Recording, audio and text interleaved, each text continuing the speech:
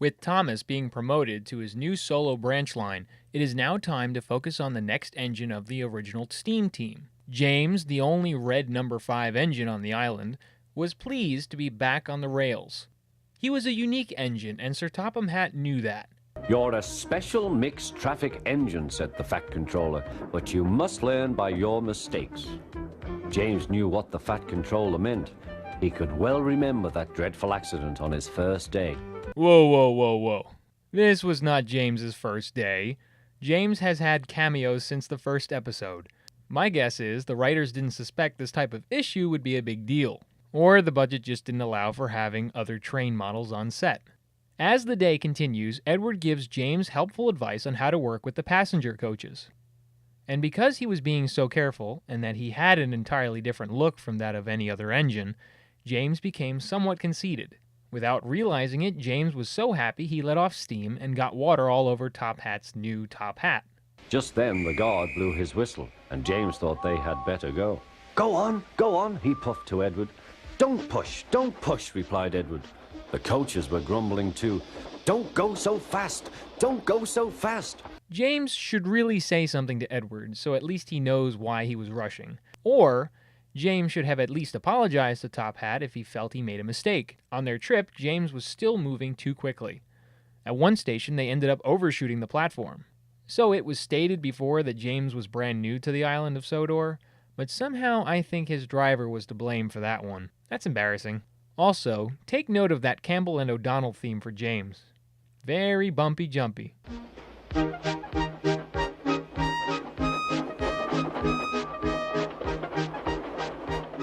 Down the line, they ended up reaching Thomas's station. "Oh, that's my guard's whistle. I must go.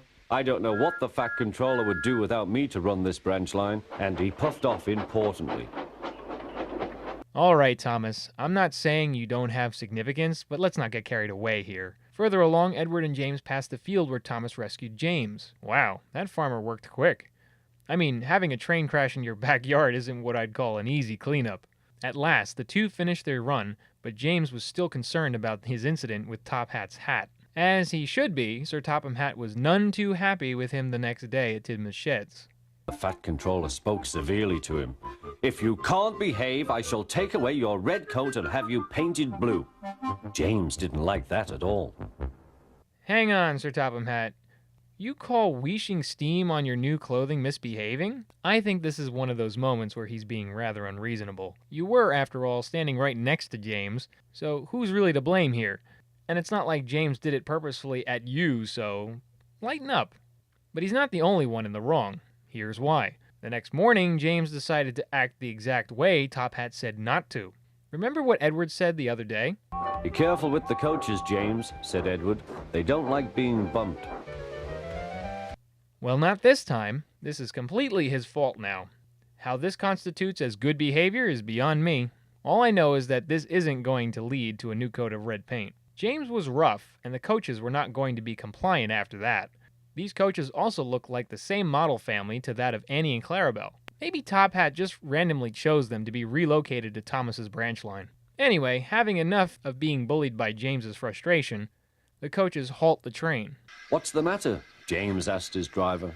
"The brakes are hard on. Leak in the pipe, most likely. You've banged the coaches enough to make a leak in anything."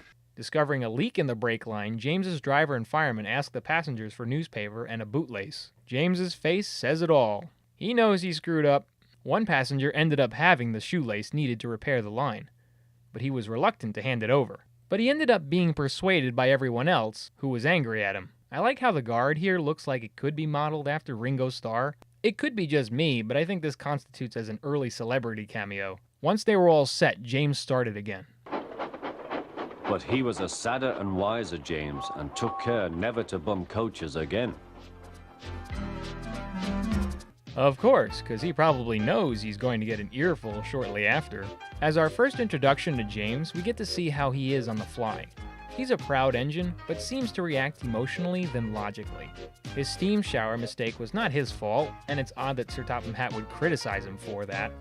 But his decision to completely go against what Sir Topham Hatt had scolded him for is a big risk taker. Like usual, Edward's on the ball when it comes to knowing what's right, and at first James was partially doing what he was told. James is still fresh to the game though, so there's bound to be moments where James will learn the hard way, just like Henry and Thomas were in their early showings. Music, camera work, and set pieces are very much established now. Every new scene or musical composition that hasn't been shown or heard before are all just added bonuses now. James's theme is a jazzy little tune, and there are a few different shots of a number of stations that we haven't seen yet. As to what happens next for James, we will see when we look at Troublesome Trucks. Thanks for watching.